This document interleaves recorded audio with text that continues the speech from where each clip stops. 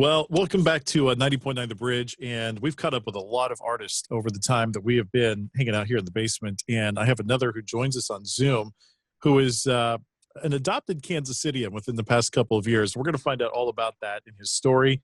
Liam Kazar's new album, Due North, came out August 6th on Mare Records. And Liam's here on the Zoom call with us in the basement. Liam, how are you? I'm doing fine. Thanks for having me. Yeah, you bet.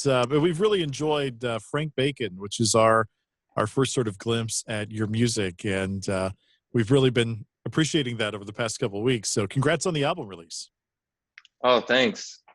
Yeah, I think I'd heard that it got played somewhere in like Lemonade Park, and then it sort of made its way through KC after it got played over the speakers there, or something like that. It's not a bad way to do it, right? That's Yeah. pretty good. So I want to start with your history because you are sort of new to Kansas City since 2019, and so you came here and you got a little sense of the city, and then all of a sudden, hey yo, it's pandemic time, right? And so, did you have a good year of being able to really get yourself into the community here and sort of explore and be around before we had to go home for a while? Uh, the year that I moved here, I was on the road a whole lot. I Mm, I'd say, yeah, we moved here in February 2019, so we had a full year of technically living here, but I was maybe only here for five or 5 or 6 months, all put together. In that time, I was okay. gone a lot. Um, so I actually, right before the pandemic finished, I was finishing up this theater show that I was the music director for, that kept me out of KC for a long time. And then it was like, all right, I'm finally done with this theater show. I'm going to go to KC. I'm going to meet some people. I'm going to like get into the community and like make this like my home. And then I drove home on March 3rd. And I think by March 13th, Right, right. yeah, by March 13th, it was like, oh, okay, I just am in an apartment that could Yeah, be anywhere. Well, right, actually, it right. couldn't be anywhere. This is Apartments are comfy here, so I was happy to be here for the pandemic. Well, there will be plenty of time now for you to get out, and then everything will be new to you, right? Like, oh man, that restaurant, that's new to me, and this place, and those people, and that gallery, whatever. It's going to be all touristy to you. Oh yeah, yeah. We have our spots. We love the food here. There's great food here. Well, we're going to talk about your connection to food here in just a little bit. But before you came to Kansas City, you came from Chicago. Were you born and raised there, or just longtime resident? Yeah, born and raised Chicago, on the north side of the city. Um, and like a lot of the people that are on my record are people I've known since I was, first started playing music when I was 12 or 13. Spencer Tweedy, who plays drums with me, I've known him since we were that age. Lane, who plays bass in my band, yeah, we've been playing together since we were 13. So I grew up in the city, but I'm still kind of playing with the same people that I started out with. I guess I've gone full circle. I've gone around and played in different bands and toured around a little bit, and then when it came time to do my thing, I was like, I don't know. I feel like I kind of got it on the first try, so I'm gonna circle back to them. Yeah, yeah, Yeah, call in some favors. So when you were yeah, playing in those bands at 13, I mean, what were those? Did you guys meet in school, or what was your connection to music? What got you into music? yeah. Mostly in school. My dad had a little PA in our basement. Our basement was always like set up for playing music. Like all my first guitars were just like my dad's old guitars and stuff. Um, and so pretty quickly, my house became the place where we'd go and jam in the basement. And that's sort of how I got close with a lot of music people. Not just those few people, but like tons of people I play music with today are still people I met, while I was in high school and stuff like that. Yeah, that's pretty great that you can all grow up together. Was your dad? Was he a working musician? What was his story? For a hot second, he was a very, very sort of just taking whatever gig he can get in Chicago. Um, he's a guitar player, so he played in he was like a rhythm guitar player in like some reggae bands when they needed him. Um, but my mom actually is the full-time like creative artist in the family. She's a painter. Nice. And sort of she sort of my sister's also a musician. She sort of set us up with like the idea that like, you know, you can be an artist for a living if you really try at it. Yeah. That's a pretty great environment to grow up in, having a house of real creatives. I mean, what did that do to foster your sense of, I mean, were you exploring, well, maybe music, maybe painting, other kinds of art? I mean, before I wanted to be a musician, there was a time there where I thought I'd be a chef. Hmm. Um, but you know, I felt I had some examples like really early on that just made it not seem so far-fetched. You know, I think that's what did it for me, was it to not feel like, well, this is an insane thing to do with your life. By the time I was in high school, I was like in all these jazz programs that were run by, you know, lifelong musicians. You know, obviously, like I said, my mom, Spencer's dad, Jeff Tweedy, you know, being a musician, like it just didn't seem like an insane thing to do with your life, which I later found out it kind of is. Um, but uh, it just it just seemed perfectly, you know, I don't know, um, obvious to me that that's something you could do.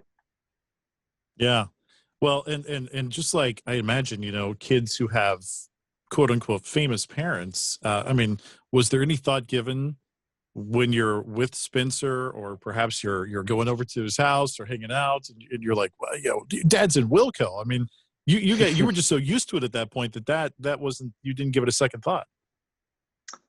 uh, you know, I don't know. I've always had a disconnect with that uh, for a long time now. I think I just knew Spencer first before I Hmm. knew his dad is a musician, and then I've since become a huge like Wilco fan. Like all the time, all the times I'm like, you know, we'll be like, because I play with Jeff a lot, and he'll be backstage like, or trying to remember what key it's in. And I'm like, ah, it's in this key, Yeah.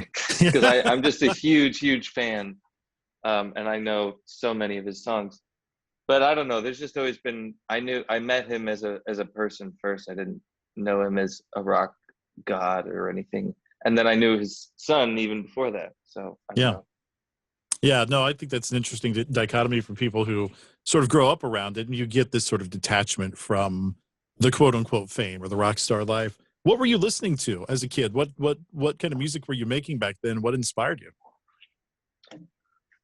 Um, well, you know, when you're a kid and you're trying to like make friends and stuff, you sort of listen to what the people around you are into. You know, you want to like uh, connect with people, and the stuff I would listen to at home by myself, like, you know, I listen to a lot. My earliest memories are like listening to songs in the key of life and stuff. Hmm. That sort of music, lots of Motown stuff. Yeah. Um, um, and then I separately, the one like obsession I've had kind of my whole life, that's kind of been my own obsession until recently, when I have more friends that are into it, is Frank Sinatra. I've loved Frank Sinatra since I was a kid, and no kid likes Frank Sinatra. And I had like fedoras and stuff, and I I remember when my grandfather passed away when I was 10, I like had to get a suit for the funeral. And I was like so psyched to get a suit. And I was like, I also want to get a fedora, um, so I can dress like Frank Sinatra. But Yeah. when you're a kid making friends and stuff, you know, you're playing more like Green Day or The Who or Jimi Hendrix or something like that. And I still appreciate that music. But I sort of have my internal solo music obsession and then my friend group music obsession as well. And they were kind of separate. Yeah, well, no, I mean, it sounds like it, but I mean, those are excellent. You know, obviously, those are excellent backdrops to music, and it doesn't get any better than Frank Sinatra. And It really did does. It still doesn't. right, so much goes back to that. Yeah. You know, and Chicago has its very own sound and pull to a lot of things. You know, were you ever into any blues or anything like that that really was, yeah, from Chicago, that really made up that sound of the city? Yeah, now I've been a little separated from it for a while, but the Three Kings were big for me. Gosh, now who was the one that played the flying V left-handed upside down? Is that Albert King? Oh, yeah. Now we're gonna I have to go to think, Google. yeah, right, right. Yeah. He is an unbelievable guitar player. I think he's a Chicago. I thought he was a Chicago guy. I might be wrong now. I've been a little separated from that music in my own life for a little while, but I definitely grew up listening to all that stuff. Yeah. Um, but in terms of Chicago music, I mean, the big three for me are probably like staple singers, Curtis Mayfield, and like Sam Cooke. Those are kind of the Hmm. three Chicago groups that I still think, and Minnie Riperton actually is the fourth Yeah. probably. That, like, to me, they're untouchable as like Chicago royalty. And that's so incredible. I mean, that's so incredible because, again, that's not something a typical 13-year-old or a young person at the time would say. But you look back on that as you mature and go, man, I'm so glad to have that foundation, of this sort of being in my life at the time and being around that kind of music. Yeah, absolutely. I wish it was. Uh, I wish it was in young people's lives, or I hope it's still in young people's lives, or in some young people's lives. I don't know. Yeah. You, what, what part of your life did the food come in? When did you start cooking and sort of experimenting with food, and then eventually you would go on and you sort of founded your own, as you call it, virtual restaurant, right? Uh, there's a term that I read in an article that I've since adopted, calling it a ghost kitchen. I didn't Yes. know what that was Right. until I read it, which is, I've come to find out, essentially what it is that my thing is. It's called ISFAHAN, and it started out. I launched it in January, cooking like Persian Armenian food out of my apartment, and I was just delivering into people's homes. And it was, like peak pandemic, so it was usually just delivering to two people at a time, um, a meal. Uh, but then since we've gone on to do like full-on pop-ups with like a la carte menus or like prefix dinners, sort of like country dinners, we did those for a month out on the East Coast in July. Um, so it takes different forms. We're doing a wedding this weekend, which I'm looking forward to. It's a wedding for a Russian and Iranian couple, and Armenia is like smack dab in the middle of those two. So I'm sort of psyched to cook for them. Um, Nice. Nice. but cooking for me was something I was like in love with when I was a kid. Food Network was kind of like the TV that I was into. Um, and then once I started taking music really seriously, I kind of got away from that to the point that once I started touring, I had completely forgotten how to cook. Like, I had no idea. It was out of my mind. I would Yeah. come home from tour and look in the fridge, and my mind would like go blank. Um, like, I just had no idea what to do with ingredients, and that bummed me out. So I had one tour, maybe it was when I was like 22, or 1 year around then, 22, 23, where I just didn't have any touring, and I was just in Chicago working at a bar, and I sort of remembered how to cook again that year. And since then, it's been pretty important to me. Anytime I'm home, Hmm. I like to cook. Yeah. Yeah. What? Give us a sense, if you can, of what like Armenian cuisine is all about. Is it like what kinds of food are we talking about? Is it spicy? Is it a sense of the style? So Armenian food is like, uh, I would definitely say it's a close cousin of like Turkish and Persian food. You Okay. know, it's a little separated from like Mediterranean food, but there are lots of Armenians in Lebanon, and like my Armenian family came through Lebanon, so we have a little bit of, in our family stuff, we have a little bit of like Mediterranean um, vibes, which is a little fresher. But like Armenian cuisine um, is, uh, it's lots of like little dumpling things and soups. Mm. They do that a lot. they do, I mean, there's lots of meat and bread, Yeah. some sort of like spicy or spiced thing, not spicy, but like very spiced sort of thing to go along with it. They use lots of like cinnamon and allspice in like savory cooking. It's not for sweet cooking. Okay. So it's lots of spices, not quite like Indian level spices in terms of variety, but like, you know, it's spice in the old world sense where you're using it to preserve meat so that it can survive the trek.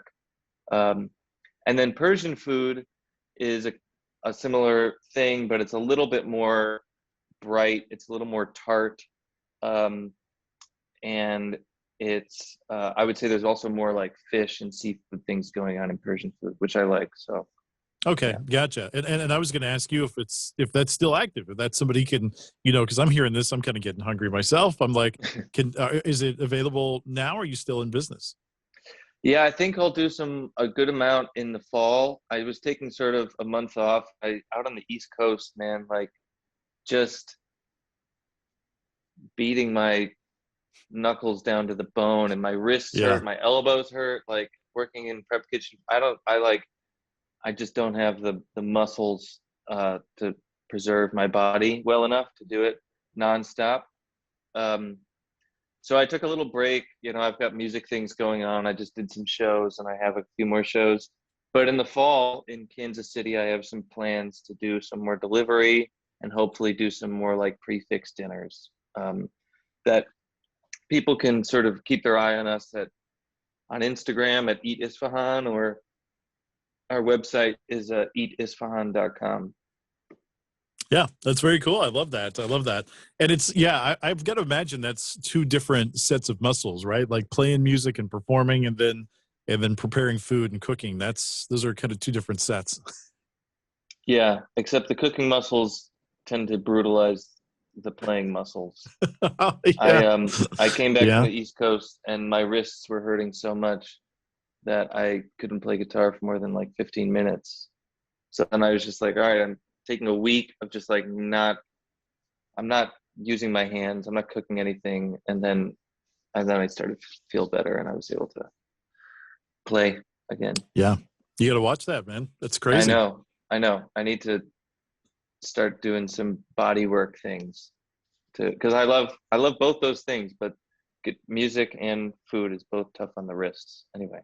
Sure. Yeah, and you've got a show coming up. We'll mention that September 23rd at Lemonade Park. You're playing with Shy Boys and Paris Williams. So you start getting out. You know, now that the record's out, some people would argue now that the record's out, the hard work begins. Right, the promotion, the playing, the doing all this kind of stuff. Yeah, I'm, and I. It's been a while since I put a record out. I put a record out with a band I was in about 5 or 6 years ago, and I'm ready for it. I'm ready. I've just played a couple shows in Chicago this last weekend that were great. It was to an all vaccinated crowd, which I loved. It made the whole thing feel really easy and wonderful. Um, I hope that's the norm going forward. I just think it's great. Um, and I just can't wait for Lemonade Park. I mean, it's a stacked lineup. Shy Boys, I got to play with them out in Columbia, Missouri. Uh, and that band is incredible. And Paris Williams, I've been listening to on Spotify, but Shy Boys sort of hit me to them, and it's great. So yeah, that Lemonade Park show is going to be awesome. Yeah, you know, that's really, it has to be the future. It has to be the way the industry preserves itself by asking for vaccines. I know that's, you know, people say that, oh, this is dangerous ground to talk about this stuff, but I mean, honestly, if we want to continue to have shows and continue to feel safe going to places, it probably has to be the lay of the land, right? To me, it's the only uh, it's the only reality I can imagine coming true. Yeah, Um, you know, I just think if it's not doesn't go that way, um, it's just going to be, you know, I think people are already tired of canceling their tours over and over again, sure. and I think people have figured out how to. I just know a lot of people who sort of like figured out how to not live with shows, as heartbreaking as it is. And a lot of people want to go back to it, but nobody's trying to go back to it at the expense of other people's lives. So to me, vaccinated shows is the only future I can imagine for a while. Yeah, no, so well said. And again, we're talking with Liam Kazar here on 90.9 The Bridge. Due North is the new album. So let's talk about that, because this is on Kevin Morby's imprint. Of course, Kevin is going to be somebody very familiar to our Kansas City audience. So tell us about that connection and how your album came out on that particular label. Yeah. So when I moved to KC, Morby and I were it was a bit of an arranged friendship. We had mutual friends in Chicago who like separately texted us like, you need to hang out with each other. I'd seen him play a couple times, but we'd never really met. My sister's band had opened for him, but it was totally an arranged marriage of sorts. And we would hang out with each other basically anytime we were both in town, which was very rare. Sometimes that would be like 2 months, or 3 months in between us both being in KC at the same time. So and since we're both, like full-time musicians, it was like during the days we're basically both available. So anytime we're both around, we'll go for a walk or something like that. Mm-hmm. And I mean, I just really enjoy hanging out with him. He's a great hang. And in the pandemic, we sort of started doing sort of weekly-ish strolls, distance strolls around the neighborhood. And then at some point, I started doing these Sunday night shows from my porch. And I would just take a mic outside and just start singing, and people from my neighborhood would maybe show up, and I would like stream it on my Instagram. A couple times people like showed up who knew where I lived. I don't know how they figured that out.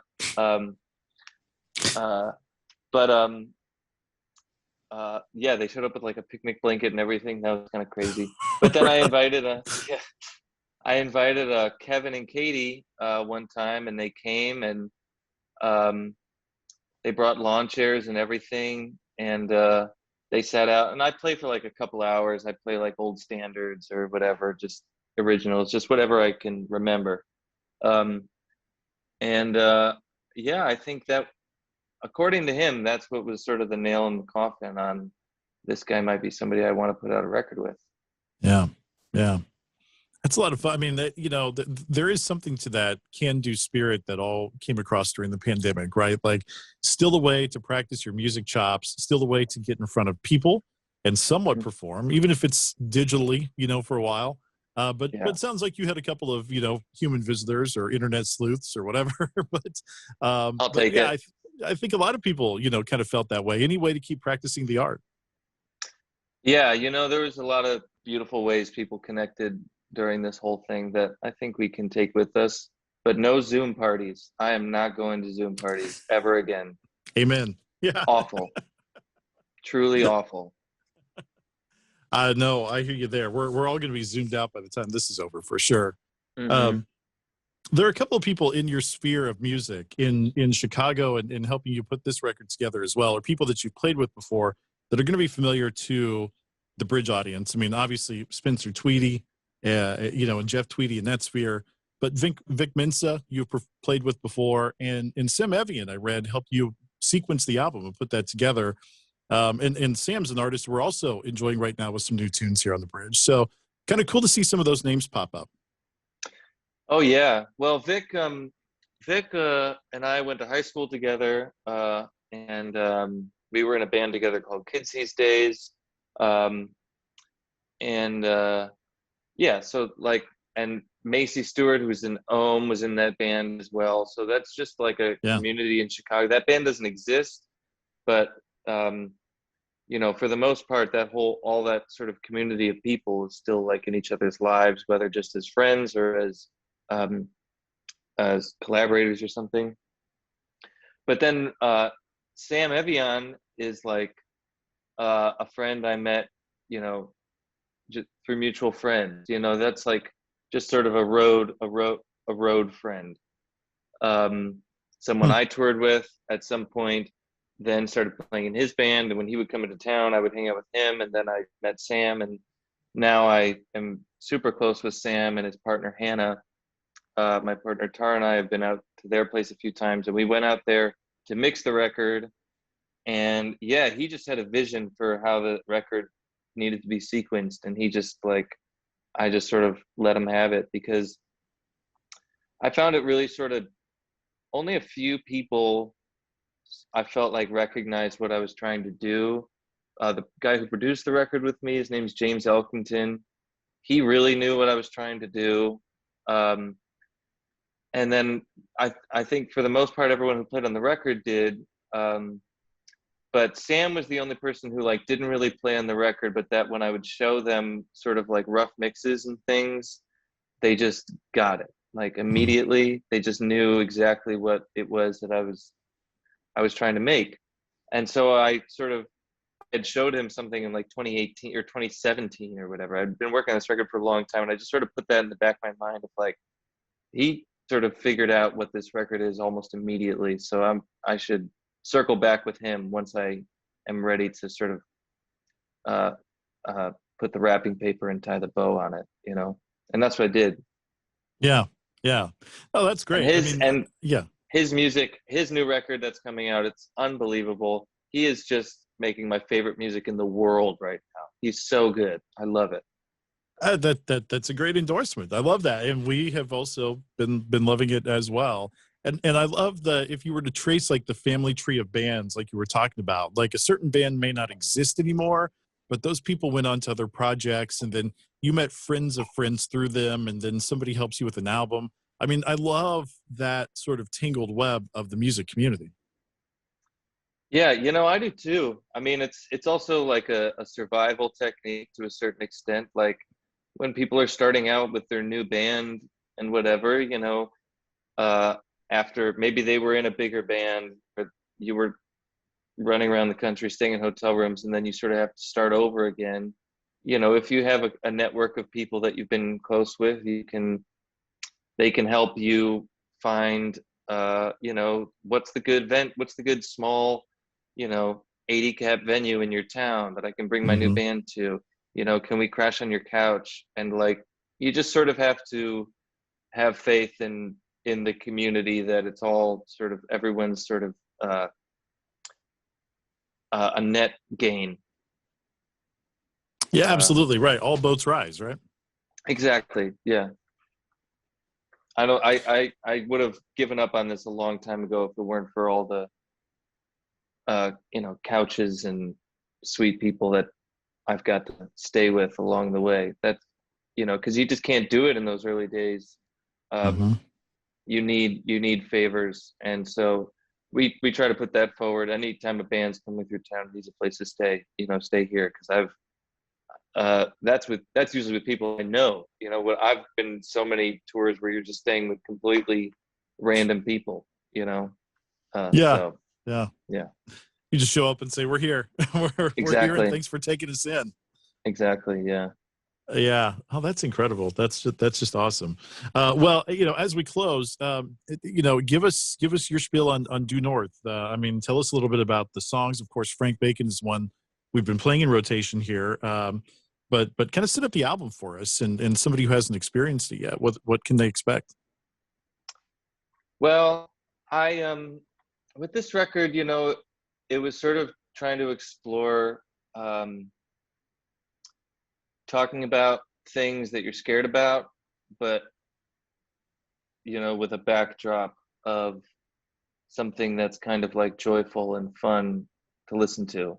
Um, I'm, you know, I'm really nervous about the state of the world, the state of, you know, the environment, and it's a pretty like daily anxiety for me. But at the same time, you know, my partner and I still um, really enjoy each other and love having a date night, sort of like dinner, and you know, or just generally happy people or something like that. And Hmm. so the record is trying to sort of um, reconcile those two things.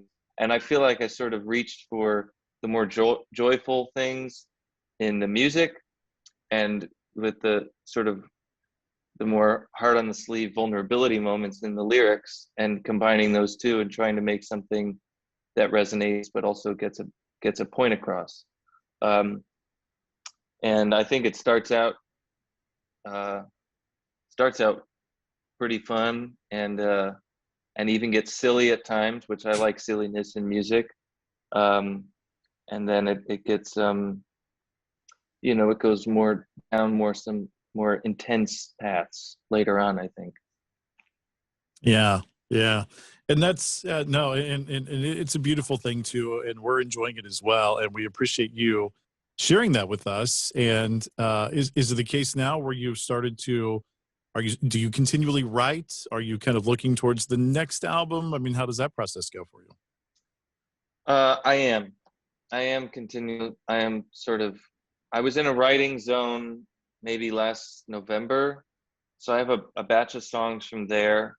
That's not part of the record. And then I think I'll do another batch maybe in the fall, and sort of take those two batches into the studio and see if we can start getting into another one. Nice. And is that usually how it goes? You are that prepared before you head into the studio to try to construct the song? I mean, it could be just a set of lyrics that has no melody or something like that, Yeah. and I like to, I try to not overwrite, because I don't like to go into the studio telling people what to do. I try to leave, minimal chords, maybe one verse or like an idea for a chorus, but not like full on. I try to. Sometimes it doesn't work out that way. Sometimes you just know exactly what the song needs to be, and you just write it out. And obviously, I think actually musicians or collaborators appreciate that. But a lot of songs, I try to come in maybe a third written, and then do a session and sort of get the groundwork going, and then go away for a month and spend some time by myself finishing them up, and then come back and sort of take another look and see if we can get it over the finish line. Gotcha. No, it's an interesting process. That's cool. Yeah. Everybody works so different. It's pretty amazing. Yeah. Well, Liam, hey, we appreciate the time. We certainly do. It's been great. And I apologize too. I should have asked you this at the very beginning. Are we saying your name correctly? Is it Kazar? It's Kazar. Yeah. Okay. Yeah. All right. Kazar rhymes with Lamar. That'll work. That'll work. Yeah. Due North is the album, and September 23rd at Lemonade Park with Shy Boys and Paris Williams. Liam, just be safe, be well, my friend, and thanks for sharing part of your thoughts with us. Thanks so much. Yeah. Cheers, Bryan.